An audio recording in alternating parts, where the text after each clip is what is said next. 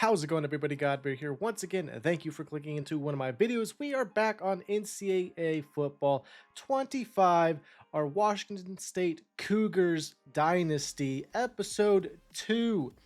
The first half of this video is going to be Season 2, where we continue to scout and send out them offers to get some players onto our team. The Cougars are not that great of a team overall. 80s, which was pretty middle of the pack. They're good, not great, definitely not bad. But I want to start the dynasty with utilizing players that I personally have recruited, because in real life I don't follow collegiate sports very often, so I don't know anybody's names. For those of you that are more aware and more, incentivized by the real rosters, I apologize. But yeah, we're just going to aim for our own players. You see that Nathan Rhodes, we had to remove from our board. He was phenomenal. 96 speed, 90 plus throw power. Not only did we lose him, but the Huskies, the other Washington team, stole him from us. Felt so bad, and I am not looking forward to when we actually have to play against him in our little rivalry match. It's going to be so annoying. That man is hopefully not going to go off. Hopefully we'll make that a statement game as we lose to the Huskies back-to-back seasons in the sim, just to add insult to injury immediately after the week that they take Mr. Rhodes from us. So we're still looking to gain that cheat code, that Lamar Jackson type quarterback on our roster. I'm very happy with Cardero, our kind of improviser quarterback. He's got like low 80 speeds, low 90s throw powers, but we got a 4-star defensive end in Mr. Clapp.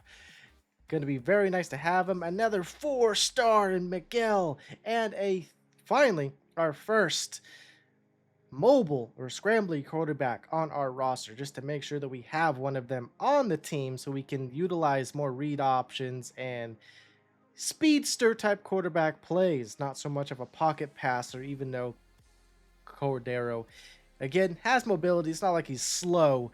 It's just in terms of NCAA football, would love for somebody with higher speed overall. But again, we'll make it work with whatever we have. We're kind of just taking every gem we happen to find. David Laporta here, we are going to schedule him a visit. He is one of those cheat codes, 98 speed, 96 throw power. Would absolutely love to get him, but again, we just got to send him out. All of that enticing information to get him to commit to Washington State, just like we did with that offensive lineman.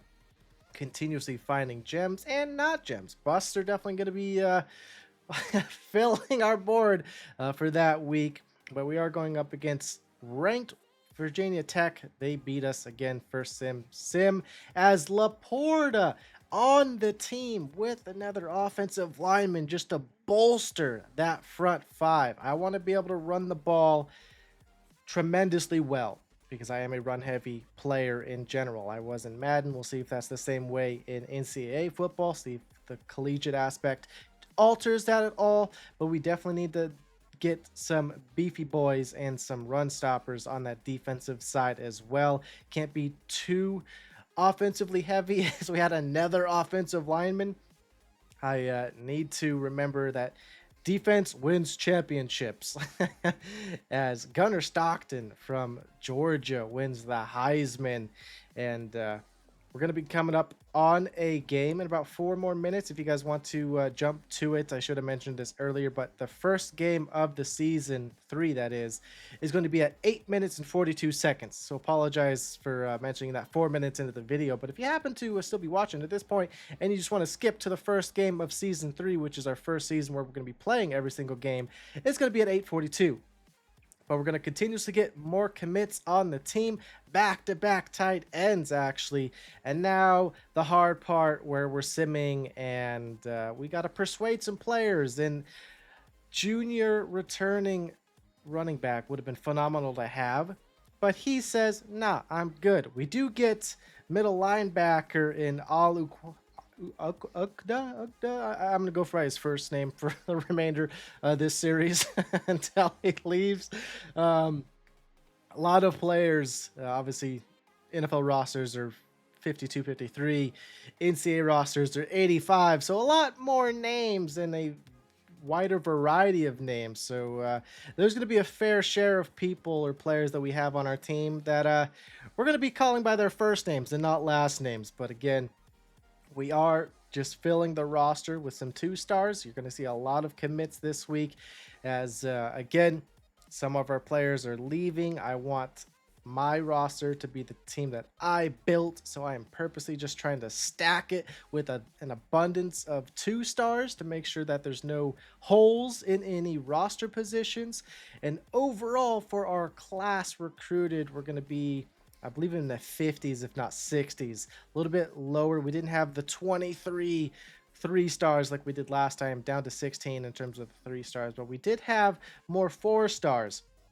But in terms of our development traits, normal, normal, normal, impact, normal, impact again, star, star, normal, normal, impact, normal, impact, star, impact, normal, star, star, elite by the defensive end. Clap. So happy for that.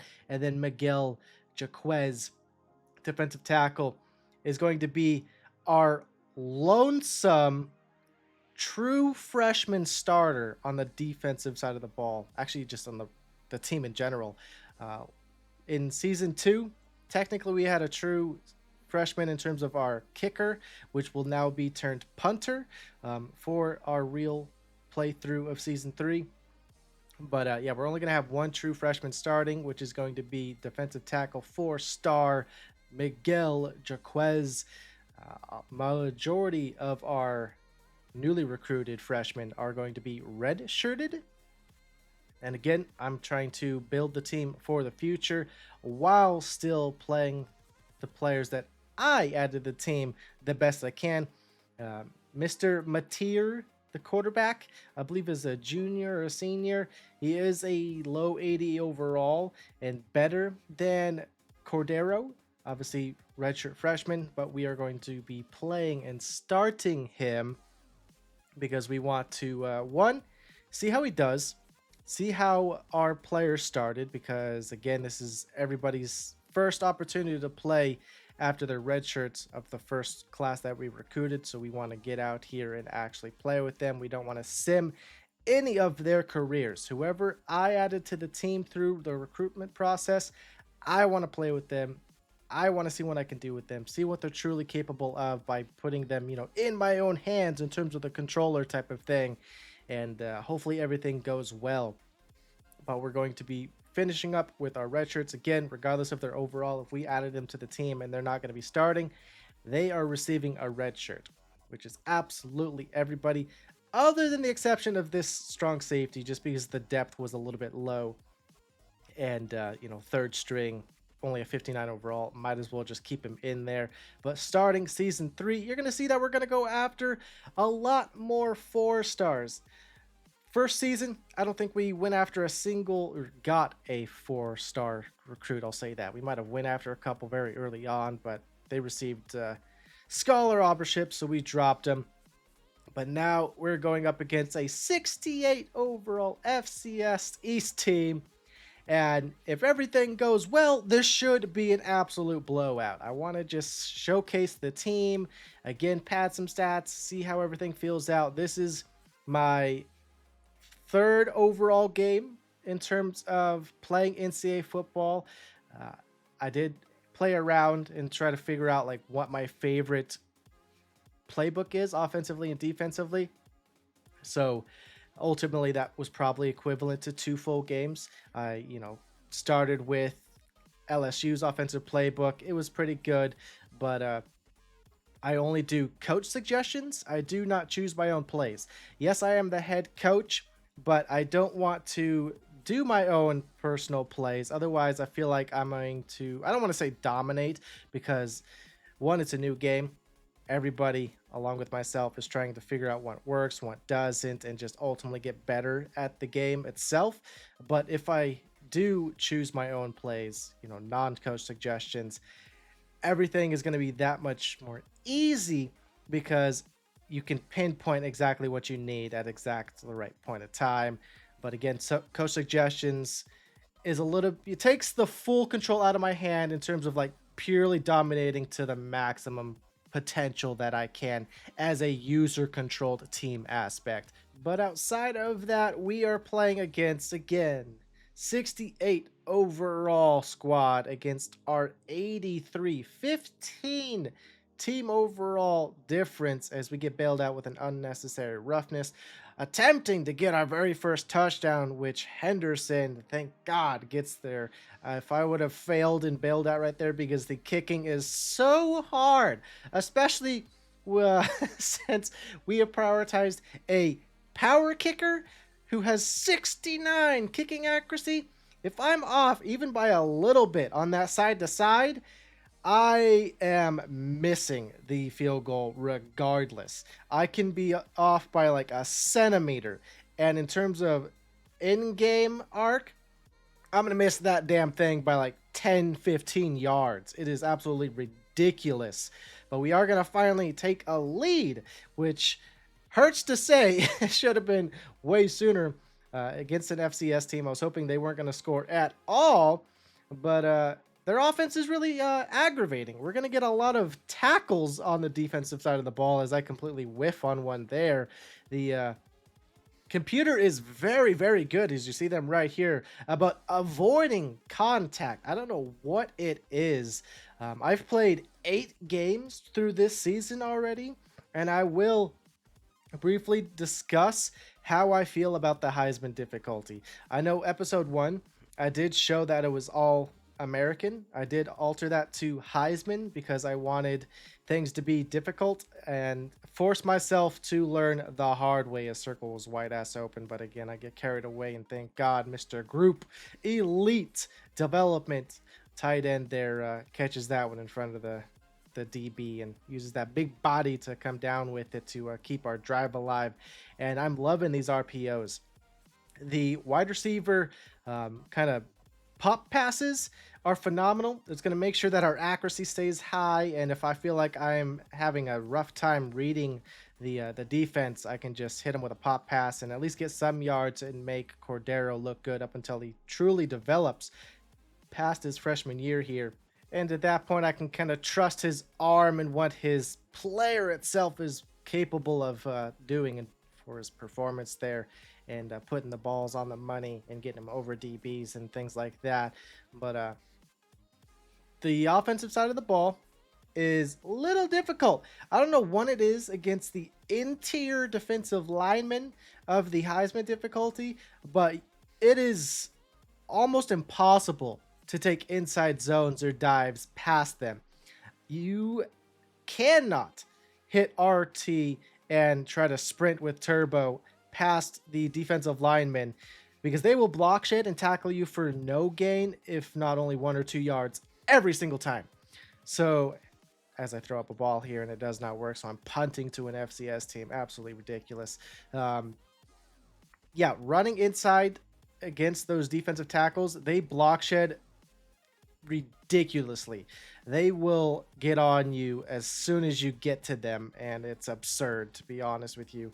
But we're moving on past that, and this right here, roughing the kicker, happens way too often. Again, out of the 8 games that I've played, I think roughing the kicker happens, I say, once a game, if not more, which I don't know what the real statistics are in terms of that actual penalty, but it hurts you every time, because if they're punting and that happens, it just hurts your soul, because you should be getting the ball back. And in close games, it makes you want to cry. You literally got to stop what you needed is we're about to get one right here, and we don't get it. Yeah, things literally pinballing around, and we can't even pick up the ball.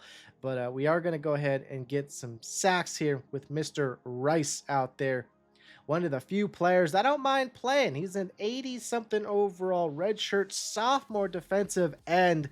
And before time expired, I was happy with running the ball and taking to the halftime. But Mr. Julius Suggs here, I warned you guys about him in episode 1. He's a big old man, 230 pounds with 93 speed. That Darren McFadden or DeMarco Murray one cut back. He took that one cut and then ran to the house 88 yards, even though I think he had 7 seconds to do it. Time expired and put us up even more. And then back up right now to Al Uqda, Mr. Mariani. Oh, one, I love that name. Mariani is great.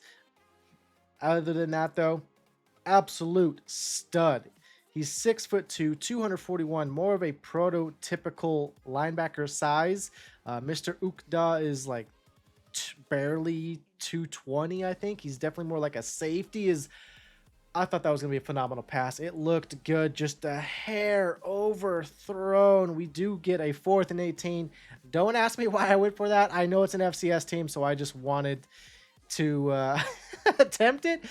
Felt good about stopping their very, very run-heavy offense. Again, very frustrating, very tackle-heavy for our defense. But again, being Heisman, they break tackles at least once, like every single play, and their little movements to avoid contact, which has kind of started this whole ramble, is absolutely insane. A user player tries to slow down and change direction like that, you're getting smacked. Somebody's gonna block shit, somebody's be in your face. But the Heisman difficulty, I don't know what it is, but they just have so much room to be like, oh, okay, I'm running right, let's go ahead and change left. Okay, I can't go left either, let's go finally run up the field. And during all of that, where is my defense? And again, that's even evident through this right here, a 68 versus an 83 overall team. You think that we would blow up every play, which has been the majority of the time, because again, there's a 15 overall difference and we're winning 42-10 at this point in time. So the win is given, which it should be. Again, just to reiterate, 15 overall difference. But the movements that the Heisman difficulty is capable of performing is aggravating at times. And obviously, like every difficulty, Heisman, all Madden, doesn't matter, is a given to break tackles. There are times that is frustrating because it just feels like you can't do anything to stop them, but that's warranted. As like I just said, I want that to happen to me. I want the struggles. I want my team to have to improve. Again, this is year 1. We're playing a lot of redshirt freshmen, and all of the people that we have recruited will develop, will get better. And again, this is more so just a outing to see how we do against a very, very low overall, and ultimately see how our team fits with our scheme, which is again very pop heavy with these wide receiver sweeps, the RPOs, the inside dives and drags and things like that, because it is relatively difficult to receive any good amount of time to pass down what is considered medium distance. Short and medium is about all I feel like I can do. Is I felt like I should have had that interception with Mr. Mariani. I was right on top of it, and he even gets the first down after it, just to hurt my feelings even further. Is again, that one was a little just me. If you're not in distance for the interception, is I felt like I was out of position for that one, but he gave it to me. But since the last back-to-back plays, I whiffed on it. I appreciate you, NCAA Football, for rewarding me for all of my effort with Mr. Mariani there. But if you're holding triangle or whatever the Xbox button is on the top, and you're not within the distance to actually get your hands on the ball, you'll do some absurd animation and put your defender on the ground, which makes you incapable of doing anything in terms of whoever catches the darn thing. So you better hope you got somebody past you on your defensive side of the ball, because there ain't going to be anybody other than you, which you just screwed yourself up by hitting triangle when you're, like I said, not in position to actually get it. So make sure you're there to actually get both hands on the ball. Otherwise, hit square. At that point, you're going to try to swat it down versus actually getting that animation effect. Is nice toast tap by the computer here. Having a 56-point lead, I don't mind praising them or complimenting them a little bit, as Mr. Cowgill. I almost want to say cowgirl every time with that, man, but it is Cowgill. No R in there. insult to injury here with getting Mr. Lawrence into the end zone there. 6'4" wide receiver with 90 speed. Gonna be so nice. 80 overall redshirt freshman wide receiver. Dude is going to be a monster for us. And very excited to see what this entire team really unfolds into. But week 1 is going to come to a close here, 63-10. Cordero, 358 yards, 7 touchdowns with 88.6 completion percentage. Again, those little pop passes are going to help out that completion tremendously because it's a given or a guarantee in terms of completing a pass. Mr. Suggs, 160 yards, again, 88 of it, so half of it coming in one play right before the half ended.